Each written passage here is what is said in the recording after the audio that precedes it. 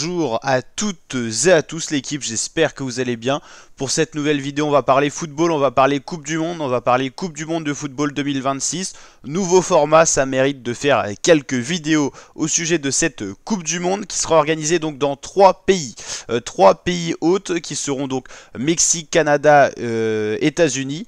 Faut savoir que les équipes donc Canada, Mexique, États-Unis sont qualifiées d'office pour cette compétition en tant que pays organisateur. Ça sera la première Coupe du Monde à autant d'équipes vu qu'il y aura 48 nations à la place de 32, soit 16 équipes en plus. Les équipes hôtes joueront leurs 3 matchs de poule à domicile, c'est-à-dire dans leur pays. C'est-à-dire que le Canada jouera 3 matchs dans son stade, ça sera certainement à Toronto.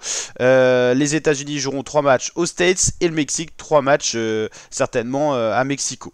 Donc voilà. Ensuite, donc voici un petit peu la répartition des stades dans les différentes villes. Donc c'est tout un continent qui organisera la Coupe du Monde 2026, ça s'appelle d'ailleurs United 2026.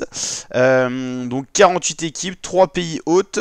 C'est la première Coupe du Monde qui réunira autant d'équipes. Il faut savoir que les qualifiés seront les 2 premiers de chaque poule plus les 8 meilleurs troisièmes, soit en gros toutes les équipes symbolisées en verte et bleu sur ce schéma. La vidéo de la FIFA est très approfondie pour comprendre justement ce nouveau format. Elle est très bien réalisée. Ça sera également l'apparition des 16e de finale. Voilà, il y aura encore 32 équipes en phase finale, soit pour le futur vainqueur de la Coupe du Monde, 5 matchs de phase à élimination directe à jouer et 8 matchs en tout à la place de 7 auparavant. Donc totalement un bouleversement et un nouveau format. On va regarder un petit peu les 16 stades de la Coupe du Monde 2026. Première fois de l'histoire que la Coupe du Monde aura 3 pays organisateurs. Format XXL, alors on aura quand même pas mal de villes. Toronto, Vancouver, Atlanta, Boston, Dallas, Houston, Kansas City, LA, Los Angeles, Miami, New York.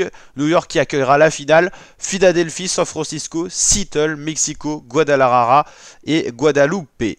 Donc déjà 2 stades au Canada, Toronto, 45 000 places, le voici en vidéo ce stade là, architecture anglaise, localisation au bord du lac Ontario, capacité actuelle de 30 000 places, mais vous l'avez compris, ça sera élargi avec 17 000 sièges qui seront rajoutés en vue du mondial. Ça c'est pas mal parce que ça sera un stade au final qui n'a pas besoin de construire comme il y a eu au Qatar et c'est déjà un stade qui accueille de beaux matchs. Vancouver, également au Canada.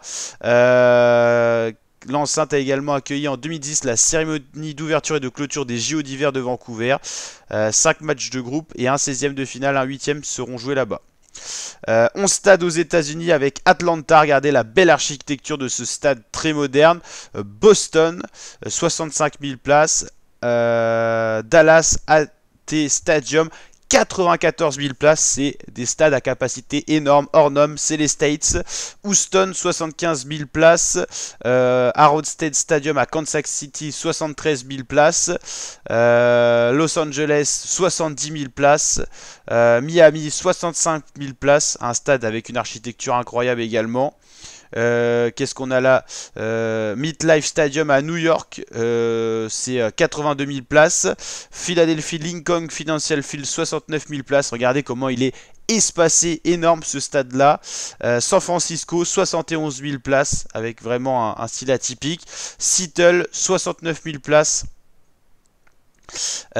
Et au Mexique, il y aura le stade Aztec, le mythique, 83 000 places, stade légendaire du football avec déjà 2 finales de Coupe du Monde à son actif, 70 et 86, il y a déjà quelques années. Le stade Aztec, Estadio Azteca en espagnol, va encore marquer l'histoire en 2026. Il sera théâtre du match d'ouverture le 11 juin. Donc avec le Mexique, 3 matchs de groupe, un 16e de finale et un 8e de finale qui y seront joués. Guadalajara, 48 000 places, un petit stade mais quand même énorme. Et Guadalupe, 53 000 places avec également une architecture assez spécifique. Donc voici tous les stades de la Coupe du Monde 2026, soit vraiment un total de 16 villes, 16 stades. C'est vraiment un format XXL. Voilà, de quoi on encore... pas parler. Donc là le calendrier qui sera assez espacé du 11 juin à la mi-juillet, je crois que c'est le 19 juillet pour pas dire de bêtises la finale. Voilà, format avec 104 matchs ou 109 matchs, je veux pas dire de bêtises, on va vérifier ça. Hop, avec le petit contrôle F. Est-ce qu'on va trouver ça? Ok. Ok. On aimerait bien voir ça. Bon, on va marquer nombre de matchs Coupe du Monde 2026. Hein. C'est 104. Donc on avait le bon premier chiffre. Voilà, donc ça va vraiment être un format gigantesque, assez incroyable.